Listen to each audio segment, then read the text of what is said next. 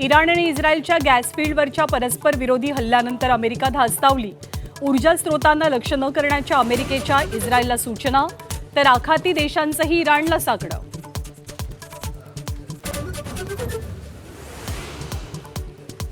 नाशिकचा विकृत भोंदूबाबा कॅप्टन खरात प्रकरणी एसआयटीची स्थापना, महिला आयोगाच्या अध्यक्ष रुपाली चाकणकर विरोधकांच्या निशाण्यावर, चाकणकरांना पदावरून हटवण्याची मागणी।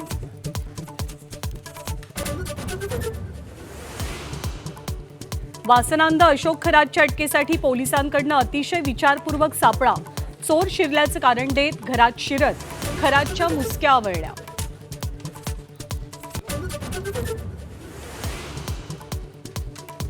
ठाकरे बंधूंच्या युतीनंतर शिवाजी पार्कवर मनसेचा पहिलाच गुढीपाडवा मेळावा, थोड्याच वेळात मनसे अध्यक्षांची तोफ धडाडणार, राज ठाकरेंच्या भाषणाकडे लक्ष।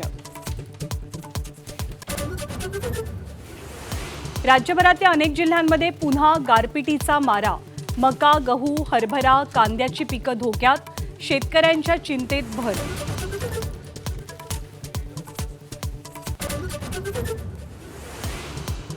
गुढीपाडव्याच्या शुभमुहूर्तावर राज्यभरात शोभायात्रांची रेलसेल, मंदिरांनाही आकर्षक सजावट, सोन्या चांदीच्या किमती घसरल्यामुळे ग्राहकांना दिलासा।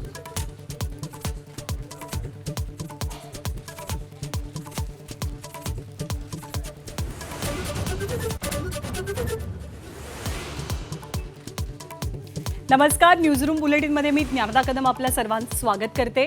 एबीपी माझाच्या सगळ्या प्रेक्षकांना सगळ्यात आधी नव्या वर्षाच्या आणि गुढीपाडव्याच्या मनापासून शुभेच्छा। बुलेटिनची सुरुवात अर्थातच युद्धाची काय परिस्थिती आहे, युद्धात काय घडामोडी घडतात या बातम्यांनी आपण करणार आहोत। गेले 20 दिवस हे युद्ध सुरू आहे, परंतु 20 दिवसांपासून सुरू असलेलं हे सगळं युद्ध केवळ क्षेपणास्त्र किंवा ड्रोन पुरतं मर्यादित नाहीये, तर आता हे युद्ध ऊर्जा संकटाच्या गहिऱ्या संकटापर्यंत, ऊर्जा टंचाईच्या गहिऱ्या संकटापर्यंत जाऊन पोहोचलेला आहे। आखाती देशांमध्ये सध्या युद्ध सुरू आहे आणि त्यामुळे संपूर्ण जगावरती ऊर्जेचं संकट घोंगावू लागलेलं आहे। जवळपास पुढची 13 वर्ष संपूर्ण जगाची गरज भागवू शकेल इतका गॅस ज्या केंद्रांवरती उपलब्ध आहे, तीच 2 केंद्र आगीच्या भक्ष्यस्थानी पडली। इराणच्या दक्षिण भागात असलेल्या जगातील सर्वात मोठ्या गॅस साठ्यांपैकी एक असलेल्या साऊथ पार्स भागात इस्रायलनं जोरदार हल्ला केला आणि याला उत्तर म्हणून इराणनं कतारच्या रास लफान भागात प्रतिहल्ले केले। रास लफान भागात यामुळे मोठी आग भडकली, मात्र तात्काळ ही आग नियंत्रणात आणण्यात आली।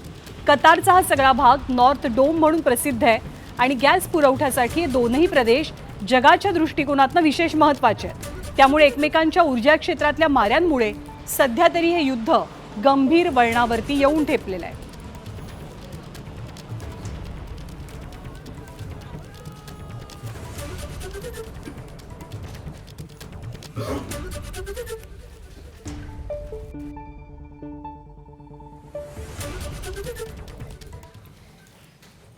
तर या दोनही हल्ल्यांमुळे ऊर्जा संकट का उद्भवलेलं आहे किंवा हे ऊर्जा संकट अधिक गहिरं होण्याची का शक्यता आहे, भारताच्या दृष्टिकोनातून जर का विचार केला तर ज्या रास लफान भागामध्ये हल्ला झालाय तिथूनच जवळपास 40 ते 50% भारताची ऊर्जा ही आयात होत असते भारतामध्ये। गॅस पुरवठ्याच्या बाबतीत, इंधन पुरवठ्याच्या बाबतीत भारत गॅस या रास लफांवरती नेमका अवलंबून कसा आहे त्यावरती एक नजर टाकूया। रास लफानची वैशिष्ट्य काय, तर हे जगातलं सर्वात मोठं LNGचं हब आहे। जगभरातल्या देशांना LNG आणि इतर पेट्रोकेमिकल्स उत्पादनांची इथून निर्यात केली जाते। तर कतारच्या अर्थव्यवस्थेचा कणा म्हणजे रास लफान। रास लफानमध्ये अडथळा आला तर जागतिक गॅस पुरवठ्यावरती याचा परिणाम होऊ शकतो। अनेक देशांच्या अर्थव्यवस्थेवर सुद्धा परिणाम होण्याची भीती आहे।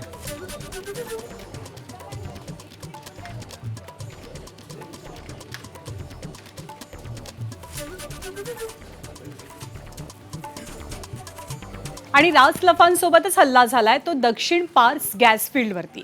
या दक्षिण पार्स गॅस फील्डचं महत्त्व नेमकं काय आहे ते सुद्धा आपण पाहूया। पार्क क्षेत्रामध्ये जगातला सर्वात मोठा नैसर्गिक वायूचा साठा आहे आणि याचा मोठा भाग इराणच्या मालकीचा आहे। याच नैसर्गिक गॅस साठ्याचा दुसरा भाग कतारच्या मालकीचा आहे, ज्याला नॉर्थ डोम म्हटलं जातं। इथे तब्बल 1800 ट्रिलियन क्युबिक फीटचा वापरता येण्याजोगा गॅस साठा आहे. संपूर्ण जगाला सलग 13 वर्ष गॅस पुरवण्याची क्षमता दक्षिण पार्स गॅस फील्डमध्ये आहे. दक्षिण पार्समध्ये तयार होणारा बहुतांशी गॅस हा घरगुती वापराचा गॅस आहे.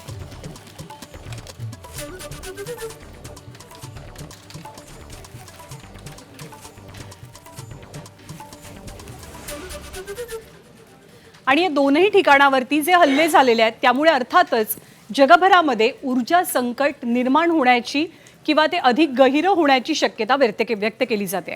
कारण आत्ताच आपण जाणून घेतलं की इथला बहुतांश गॅस जो आहे तो गॅस हा घरगुती वापराचा गॅस आहे, जिथे जिथे हल्ले झाले आहेत.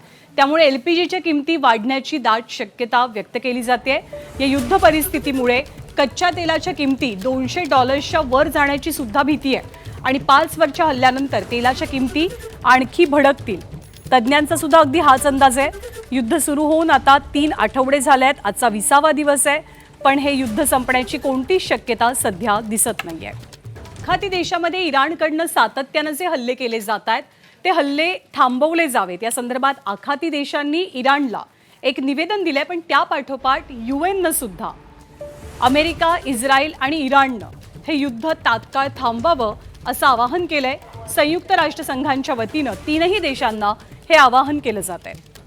लेबनॉनवरती इस्रायलनं हल्ला केलेला होता, त्यामुळे 10 लाखांपेक्षा अधिक लोक बेघर झालेत आणि या हल्ल्यानंतर संयुक्त राष्ट्रसंघानं चिंता व्यक्त करत लवकरात लवकर युद्ध थांबवावं असं आवाहन केलंय.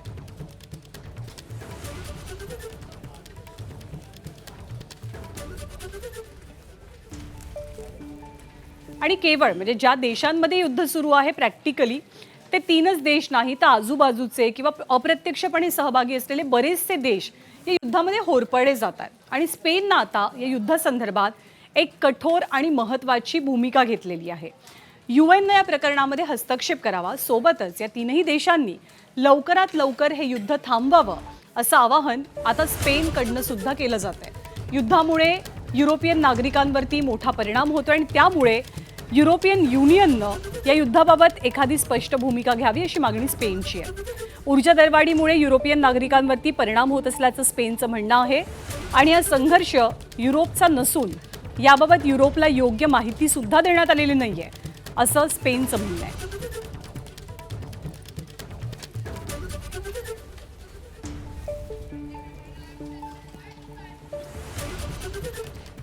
आणि फ्रान्सचे राष्ट्राध्यक्ष इमॅन्युएल मॅक्रॉ यांनी सुद्धा या युद्धासंदर्भात चिंता व्यक्त केलेली आहे. महागाई एकीकडे वाढते आहे, लोकांवरचं संकट वाढतं आहे आणि वाढत्या तणावाबद्दल त्यांनी चिंता व्यक्त करत नागरी सुविधांवरती होणाऱ्या हल्ल्याचा तीव्र निषेध व्यक्त केला आहे. सोबतच युद्धाच्या कालावधीमध्ये गॅस, तेल आणि पाणी यासारख्या मूलभूत सुविधांना लक्ष करणं अयोग्य आहे असंही त्यांनी स्पष्ट केलं. युद्धग्रस्त देशांमध्ये धार्मिक सण सुरू असल्यामुळे काही दिवस तरी शांतता पाळावी असं त्यांचं आवाहन आहे. आणि मॅक्रॉ यांची भूमिका मानवतावादी दृष्टिकोनातून महत्त्वाची मानली जाते.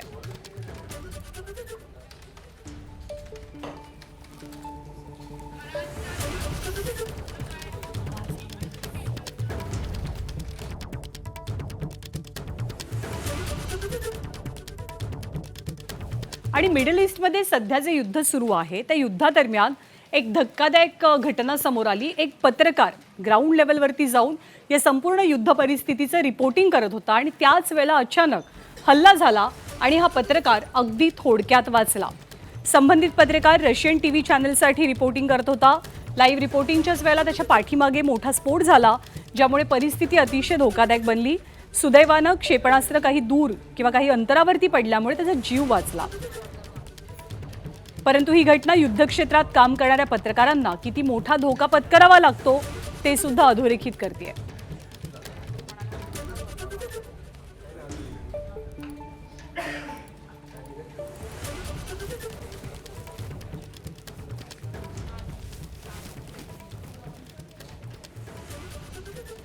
आणि आखाती देशात सध्या जो वाढता तणाव दिवसेंदिवस पाहायला मिळतोय त्याचा परिणाम अर्थातच आशियाई बाजारांवरती होतोय, भारताच्या शेअर मार्केटवरती सुद्धा होतोय. आज गुढीपाडव्याचा सण आहे, मराठी नववर्षाचा सण आहे. आज जेव्हा बाजार खुला झाला तेव्हा बाजारामध्ये मोठी पडझड दिसली.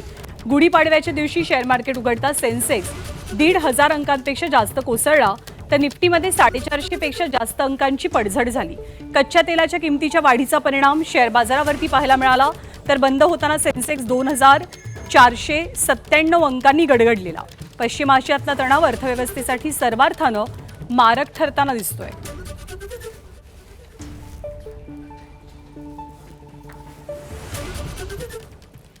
आणि आजचा मुहूर्त 3.5 मुहूर्तांपैकी एक आहे. त्यामुळे आजच्या दिवशी सोनं चांदी खरेदीसाठी प्राधान्य दिलं जातं. आणि युद्धाचा परिणाम हा अर्थातच सोने चांदीच्या दरांवरती सुद्धा आपल्याला दिसून येतोय. सोनं घसरले आणि प्रतितोळा 1,56,186 रुपयांवरती गेले. तर चांदी किलो मागे 2,43,000 घरात आहे. कालच्या तुलनेमध्ये सोनं 4,000 तर चांदी जवळपास 14,000 घसरली आहे. गुढीपाडव्याच्या मुहूर्तावरती सोनं खरेदी चांदीची खरेदी शुभ मानली जाते. त्यामुळे सोन्या चांदीच्या दरात झालेली कपात ग्राहकांसाठी आनंददायक ठरतेय. मात्र गुंतवणूकदारांसाठी घसरण फारशी सकारात्मक नाहीये.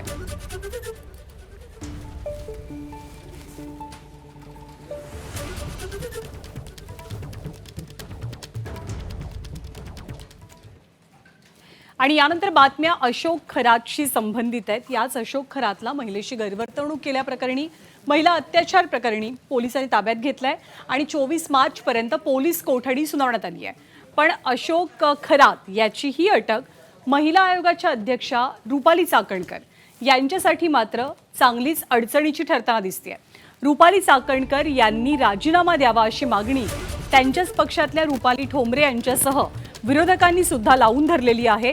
माजी खासदार छत्रपती संभाजीराजे यांनी सुद्धा आक्रमक भूमिका घेत चाकणकरांनी पदावरनं पायउतार व्हावं अशी मागणी केली. संजय राऊत सुद्धा चाकणकरांवरती टीका करतायत आणि त्यांना कोण वाचवतंय असा प्रश्न उपस्थित करतायत. तर राष्ट्रवादीचे मंत्री दत्तात्रय भरणे यांनी मात्र चाकणकरांची पाठराखण केली. चाकणकर जर का पदावरती राहिल्या तर पुरावे नष्ट होतील. त्यामुळे त्यांनी राजीनामा द्यावा अशी भूमिका रुपाली ठोंबरे पाटलांनी घेतली आहे. त्यामुळे आता हा पदावरनं निर्माण झालेला वाद कुठल्या टोकाला जातो हे पाहावं लागेल. मुख्यमंत्र्यांनी कठोर ते कठोर कारवाई याच्यावर करावी. सखोल चौकशी त्याच्यावर होणं गरजेचं आहे. असे प्रकार महाराष्ट्रात ह्याच्या पुढे घडायला नाही पाहिजे ह्याची खबरदारी घ्यायला पाहिजे. आणि एक संरक्षण हे महिलांना द्यायला पाहिजे. आणि म्हणून संरक्षण जर द्यायचं असेल तर महिला आयोगाचे अध्यक्षच ज्यांच्याशी त्यांचे कनेक्शन आहे त्याला पहिलं तुम्ही त्या पदावरनं तुम्ही काढून टाकावं. त्यांची चौकशी व्हावी आणि मग बघू. तो पण न थांबता ताबडतोब मुख्यमंत्र्यांनी हा निर्णय घ्यावा. रुपाली चाकणकरांचा काही दोष नाही. शेवटी माणूस आपला किती झाला तर हिंदू माणूस काढला की आपल्याला एक काही असलं तर एक थोडं आपण रस्त्याने ते काय स्वतःहून गेले कुठं कार्यक्रमाच्या निमित्तानं गेले असतील. महाराजांचं दर्शन झालं असेल किंवा तिथं ते भेटले असतील किंवा त्यानंतर काय शेवटी आपण कोणाला तरी गुरु मानतो हे झालं असेल. त्यात रुपालीताई चाकणकरांचा कुठलाही दोष किंवा त्यात त्यांची कुठलीही चाकणकर ताईंची चूक नाहीये. तर रुपाली चाकणकरांचे हा भोंदूबाबा अशोक खरात सोबतचे काही फोटो आहेत. या फोटोवरनं संजय राऊतांनी निशाणा साधलाय. तर नवनाथ बन यांनी संजय राऊतांना प्रत्युत्तर दिलेलं आहे. या ज्या महिला आयोगाच्या अध्यक्ष आहेत त्यांच्यावरती आतापर्यंत अशा प्रकारचे अनेक वेगवेगळ्या पद्धतीने आरोप झालेले आहेत. त्या वादग्रस्त आहेत. त्यांना कोण आणि का वाचवत आहे हे आता मला फार कोडं पडलेलं आहे. ज्याला अटक झाली आहे तो भोंदूबाबाने अनेक महिलांवर अत्याचार केले, बलात्कार केले, शोषण केलं आहे. त्या सर्व मराठी महिला आहेत अशी माझ्याकडे माहिती आहे. आणि तुम्ही त्यांच्या पायाचं तीर्थ प्राशन करण्यासाठी पाद्यपूजन करण्यासाठी महाराष्ट्राचे मंत्री तिथे जातात, महिला आयोगाच्या तिथे प्रमुख जातात, आमदार जातात, सत्ताधारी पक्षाचे खासदार जातात. नाशिकमधल्या भोंदूबाबाला अटक करण्याचं काम पोलिसांनी केलंय, या सरकारने केलंय. कुठल्याही भोंदूबाबांना आणि महिलांचा अत्याचार करणाऱ्याला पाठीशी घालणारं हे सरकार नाही. नाशिकच्या भोंदूबाबाला बेड्या घालण्याचं काम देवेंद्रजी फडणवीस यांच्या पोलिसांनी केलंय. या प्रकरणामध्ये कुणीही दोषी असेल तर त्याला निश्चितपणे शिक्षा होणार. पोलिसांनी या प्रकरणात गांभीर्यानं कारवाई केली आहे. इथून पुढे देखील तो बाबा कुणाचेही लागेबांधे असले तरी त्याला सोडलं जाणार नाही. त्याच्यावर कडक कारवाई करण्यासाठी मुख्यमंत्री आणि गृहमंत्री असलेले देवाभाऊ सक्षम आहेत आणि ते निश्चितपणे कारवाई करतील. तर अशोक खरात प्रकरणावरनं राष्ट्रवादीच्याच नेत्या रुपाली ठोंबरे पाटील यांनी रुपाली चाकणकरांवरती निशाणा साधला आणि या प्रकरणाची चौकशी पूर्ण होईपर्यंत रुपाली चाकणकरांनी राजीनामा द्यावा अशी मागणी रुपाली ठोंबरे पाटलांची आहे. खरातच्या ट्रस्टवर खरातसह स्वतः राज्य महिला आयोगाच्या अध्यक्षा श्रीमती रुपाली निलेश चाकणकर आहे. त्या नराधमाची हिंमत वाढली. माझ्यासोबत राज्याच्या महिला आयोग आहेत, माझं कुणी वाकडं करू शकत नाही. त्यातनं राज्याच्या महिला आयोग त्यांच्यावर छत्री धरतायत. याचा अर्थ काय? राज्याच्या महिला आयोग त्यांचे पाय धुतायत. याचा अर्थ काय? तातडीने चाकणकर यांचा राजीनामा घेणं गरजेचं आहे. जर चाकणकरांना कुठे नैतिकता उरली असेल तर त्यांनी स्वतःहून राजीनामा द्यावा. त्या पदावर असताना या प्रकरणाची चौकशी होणार नाही, हस्तक्षेप केला जाईल. आम्हाला या गुन्ह्यामध्ये कायद्यामध्ये कुणाचाही हस्तक्षेप नको आहे. आणि जर तुम्ही राजीनामा दिला नाही तर महाराष्ट्रातल्या संबंध कानाकोपऱ्यातनं तुम्हाला आंदोलन दिसेल आणि त्याची तोशीस ही सरकारवर असेल. तर अशोक खरातच्या प्रकरणी आता चर्चा होतीये. चौकशी समितीची स्थापना करण्यात आली आहे. पण वर्षभरापूर्वी अहिल्यानगर जिल्ह्यातल्या खबरदार पुढारी या एका स्थानिक वृत्तपत्रामध्ये अशोक खरातच्या सगळ्या कारनाम्यांसंदर्भात बातमी छापून आलेली होती. या सगळ्या कारनाम्यांचा पर्दाफाश या वृत्तपत्रानं केलेला होता. यावेळेला बातमीमध्ये नाव न घेता खरात यांच्या कारनाम्याचा उल्लेख होता. त्यावेळी मात्र अशोक खरातनं वृत्तपत्राचे संपादक दत्तात्रय खेमनर यांना 5 कोटींच्या अब्रूनुकसानीची नोटीस पाठवली. सोबतच महिला आयोगाच्या अध्यक्ष रुपाली चाकणकर यांनी सुद्धा खेमनर यांना फोन करून माफीनामा सादर करण्यास सांगितल्याचा धक्कादायक प्रकार समोर आलाय. त्यामुळे चाकणकर यांना खरंच अशोक खरातचे काळे कारनामे माहीत नव्हते का, असाही प्रश्न उपस्थित झालाय.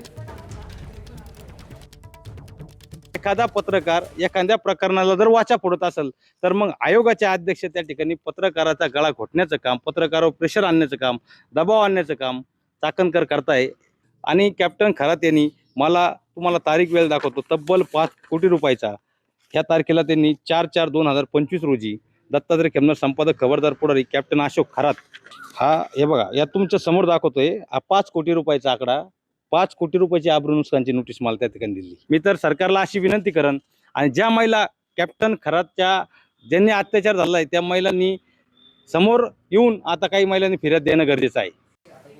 तर अशोक खरात या भोंदूगिरी करणाऱ्या मांत्रिकाला काल पोलिसांनी अटक केली आणि या मांत्रिकानं गुंगीचं औषध देऊन एका महिलेवर बलात्कार केल्याप्रकरणी सरकारवाडा पोलीस स्थानकात गुन्ह्याची नोंद झाली. या भोंदूबाबाच्या अटकेनंतर त्याचे अनेक कारनामे उजेडात येऊ लागले. त्यातच त्याच्या अटकेचा थरार आणि पोलिसांनी बाळगलेली गुप्तता हा सुद्धा चर्चेचा विषय बनलेला आहे. कशी झाली या भोंदूबाबाला अटक आपण पाहूया. सरकारवाडा पोलिसात महिलेकडनं खरातच्या विरोधात अत्याचाराचा गुन्हा नोंदवला गेला. नाशिक पोलिसांच्या क्राईम ब्रांचनं खरातचं घर गाठलं. पण खरात पळून जाईल या शक्यतेमुळे पोलिसांनी एक प्रकारे बनाव रचला. खरातच्या घराच्या परिसरात चोर शिरल्याचं कारण पोलिसांनी दिलं आणि मग एक पथक खरातच्या घरात गेलं तर दुसरं पथक घराबाहेर पहारा देऊ लागलं. खरात घरात असल्याचं समजताच पोलिसांनी तात्काळ त्याला ताब्यात घेतलं.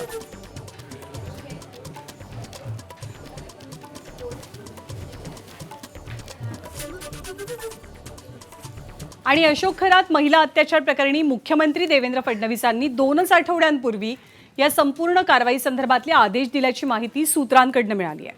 मुख्यमंत्री आणि गृहमंत्री देवेंद्र फडणवीसांनी 2 आठवड्यांपूर्वी संबंधित प्रकरणामध्ये लक्ष घातलेलं. इतर कुणालाही कळण्यापूर्वी या प्रकरणी पोलीस महासंचालकांशी बोलून त्यांनी कारवाईचे आदेश दिलेले. संबंधित प्रकरणाचं गांभीर्य ओळखून खरातवरती शक्य ती कडक कारवाई करण्याचे आदेश आहेत. या प्रकरणी सगळे महत्त्वाचे पुरावे, व्हिडिओ क्लिप्स या गोष्टी सुद्धा ताब्यात घेतल्या गेल्या.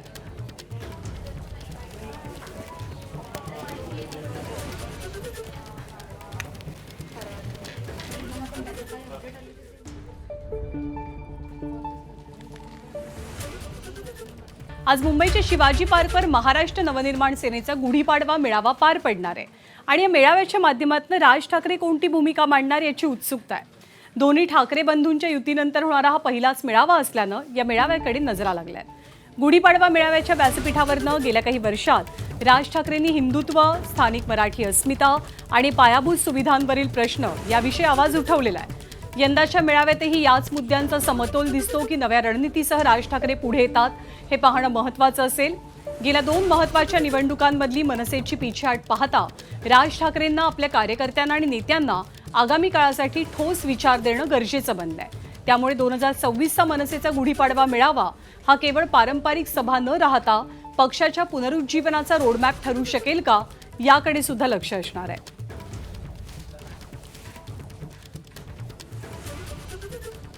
आपले प्रतिनिधी राजू सोनवणे थेट शिवतीर्थावरनं सध्या आपल्यासोबत आहेत. राजू, सगळ्यात आधी तर गुढीपाडव्याच्या शुभेच्छा. आणि गुढीपाडव्याच्या संध्याकाळी मोठ्या संख्येनं खरं तर मनसैनिक शिवाजी पार्कवरती यायला सुरुवात झाली, पण उत्सुकता आहे ती राज ठाकरेंच्या भाषणातल्या मुद्द्यांची. याबद्दल काय कळू शकतंय आणि सध्याचं शिवाजी पार्कातलं चित्र?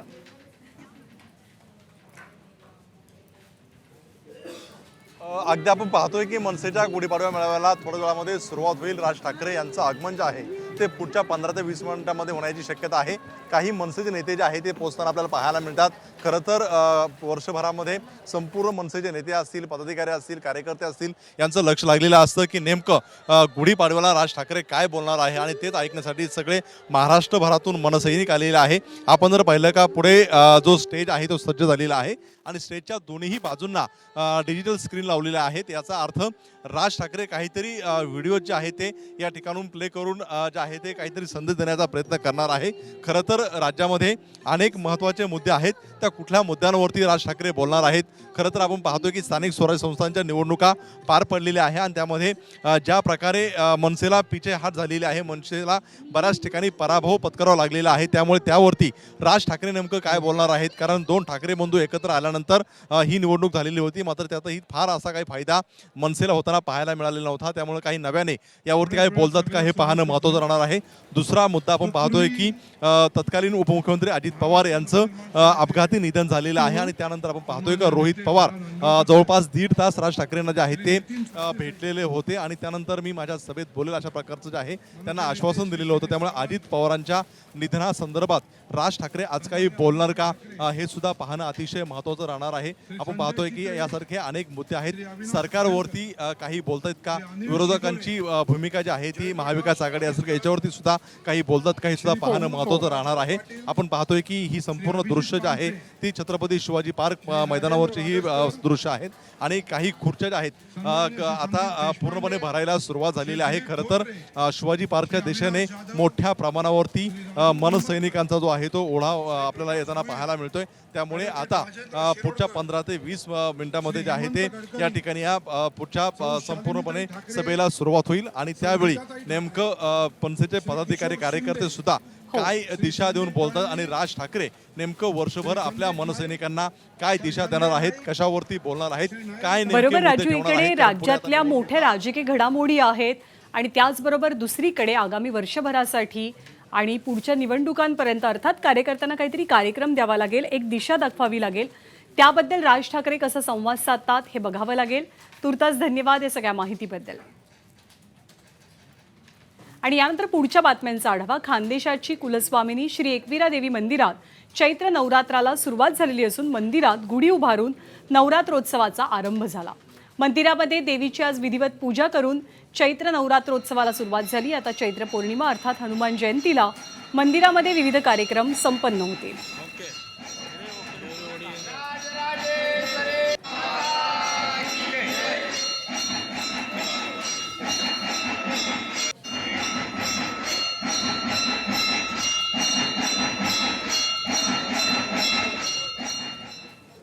आणि गुढीपाडव्यानिमित्त पुण्यातल्या दगडूशेठ गणपती मंदिरात पुणेकरांनी सकाळपासूनच मोठी गर्दी केली आहे. राज्यभरात असलेला गुढीपाडव्याचा उत्साह पुण्यात देखील पाहायला मिळतोय. गणपती बाप्पाला साखरेची माळ अर्पण करण्यात आलेली असून गाभारा आणि मंदिर परिसराला फुलांची आकर्षक सजावट करण्यात आली आहे.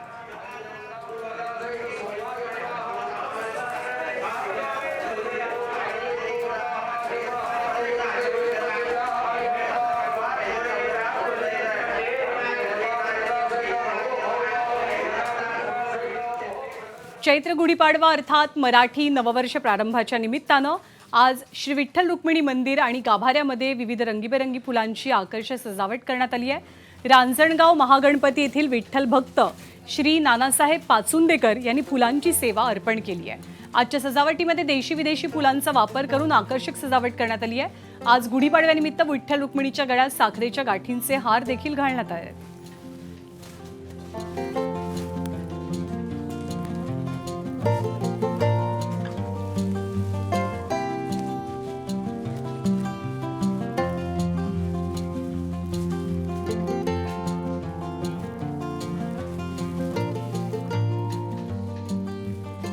तर मराठी नववर्षाचं स्वागत देवदर्शनानं करण्यासाठी विदर्भाची पंढरी असलेल्या शेगावात भाविकांनी मोठी गर्दी केली.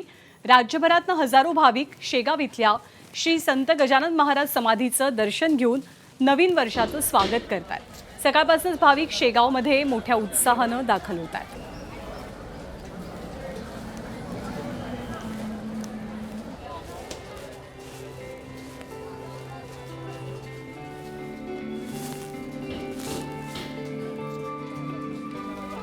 तर गुढीपाडवा आणि हिंदू नववर्षानिमित्त भंडाऱ्याचं आराध्य दैवत असलेल्या बहिरंगेश्वर मंदिरामध्ये गुढी उभारण्यात आली. भंडारावासियांनी बहिरंगेश्वराचं दर्शन घेण्यासाठी मोठी गर्दी केलेली. गुढी उभारल्यावरती मंदिरात जय श्रीरामच्या घोषणा देत एकमेकांना हिंदू नववर्षाच्या शुभेच्छा दिल्या गेल्या.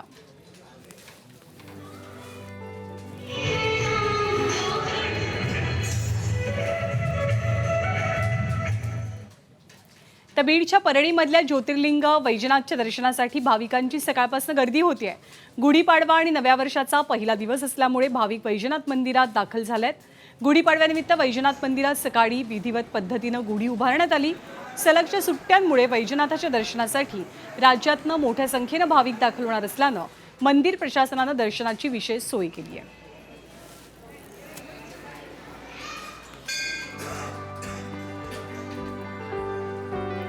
तर गुढीपाडव्यानिमित्त उज्जैनमधल्या महाकालेश्वर मंदिरात भस्म आरती पार पडली. गायक विशाल मिश्रानं या भस्म आरतीसाठी उपस्थिती लावलेली.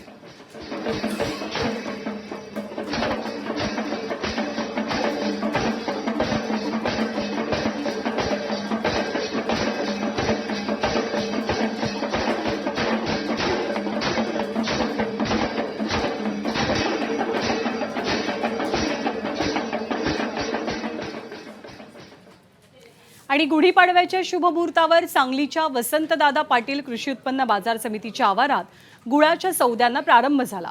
बाजार समिती आवारात आडात व्यापाऱ्यांच्या दुकानामध्ये गुळांच्या ढेपांचं पूजन करून या सौद्यांना सुरुवात झाली. सौद्याच्या प्रारंभीच गुळाला 4,000 ते 4,500 रुपयांचा दर मिळाला. यंदा ऊसाचं उत्पादन कमी झालंय, त्यामुळे आवकही कमी झाल्यामुळे गुळाचे दर वाढते आहेत. आगामी काळात गुळांना आणखी चांगले दर मिळण्याची आशा व्यापाऱ्यांनी व्यक्त केली आहे. आज गुळाचे दर खाली 4950 पासून वर 4200 ते 4300 पर्यंत झालेले आहे. आता आवक थोडीशी कमी झालेली आहे. ऊसाचा दर जरा ऊस पाण्यामुळे जरा कमी झालेला आहे आणि कामगारांचा खर्च बी जास्त झालेला आहे, त्यामुळे दर परवडणं झालं शेतकऱ्यांना, म्हणून आवक जरा कमी आहे. आणि गुढीपाडव्याच्या मुहूर्तावरती वाशीतल्या APMC मार्केटमध्ये कोकणातील 10,000 हापूस आंब्याच्या पेट्यांची आवक झाली आहे. पाडव्याच्या मुहूर्तावरती हापूस आंब्याची पूजा करण्यात आली. यंदा खरं तर अवकाळी पावसामुळे कोकणात हापूस आंब्याला मोठा फटका बसलाय. त्यामुळे दरवर्षी होणाऱ्या उत्पादनापैकी केवळ 25% आंबाच यावर्षी पिकला गेलाय. गेल्या वर्षी गुढीपाडव्याला 25,000 पेट्यांची आवक झालेली, ती यंदा केवळ 10,000 पेट्यांवरती आली आहे. त्यामुळे हापूस आंब्याची किंमत गगनाला भिडली आहे. 5 डझनाची पेटी 3 ते 9,000 रुपयांना विकली जाते.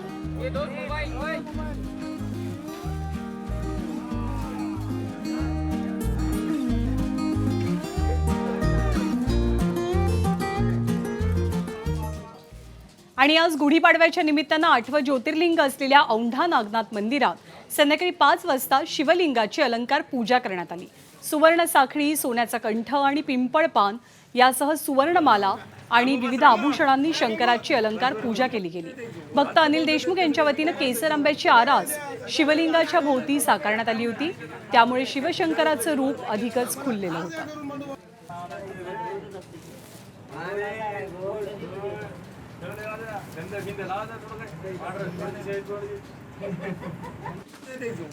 आणि सोलापुरात गुढीपाडव्याच्या निमित्तानं एक अनोखं आंदोलन छेडलं गेलं.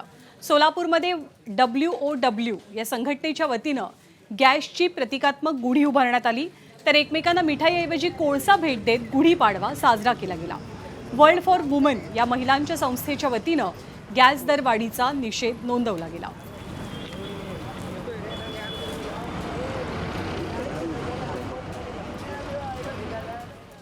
आणि यानंतर बातम्या अवकाळी पावसासंदर्भातल्या.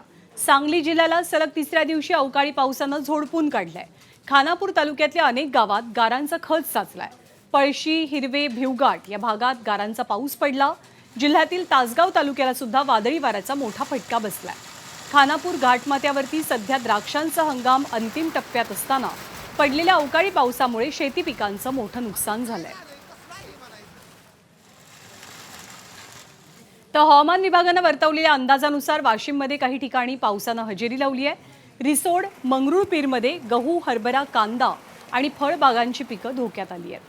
हवामान विभागानं येत्या 2 ते 3 दिवसात जिल्ह्यात पाऊस आणि गारपिटीचा इशारा दिल्यामुळे शेतकऱ्यांची चिंता जरा जास्तच वाढली आहे.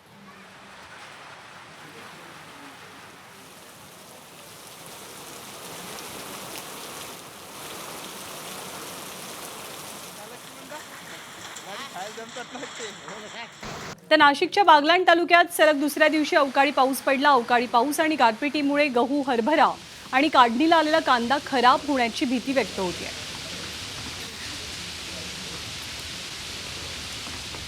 तर जालना शहरातही अवकाळी पावसाची हजेरी आहे. जिल्ह्यातील मोसंबी, आंबा, द्राक्षासह कांदा उत्पादक शेतकरी चिंतेत आहेत. जालना जिल्ह्याला आज हवामान विभागानं ऑरेंज अलर्ट दिलेला. जालना जिल्ह्यात काही ठिकाणी गारांचा पाऊस पडण्याची शक्यता हवामान विभागानं व्यक्त केलेली. अमरावतीतील अंजनगाव, सुरजी तालुक्यात वादळी वाऱ्यासह पाऊस आणि गारपीट झाली. अंजनगाव, सुरजी तालुक्यातील चिंचोली बुद्रुक गावात दुपारनंतर अचानक पाऊस आला. या पावसामुळे शेतीचं नुकसान होण्याची शक्यता व्यक्त होते. तर जळगाव जिल्ह्यातही अनेक ठिकाणी अवकाळी पावसासह तुरळक स्वरूपात गारपीट झाली. या पावसाच्या आणि गारपिटीच्या वाऱ्यामुळे कापणीला आलेल्या गहू, हरभरा आणि मका पिकाला मोठा फटका बसलाय. भुसावळ, जामनेर, बोदवड, भडगाव, पाचोरा आणि चाळीसगाव या तालुक्यांमध्ये अवकाळीमुळे पिकांचं नुकसान झालंय. तर जिल्ह्यात आजही अनेक ठिकाणी वादळी वाऱ्यासह अवकाळीची शक्यता आहे.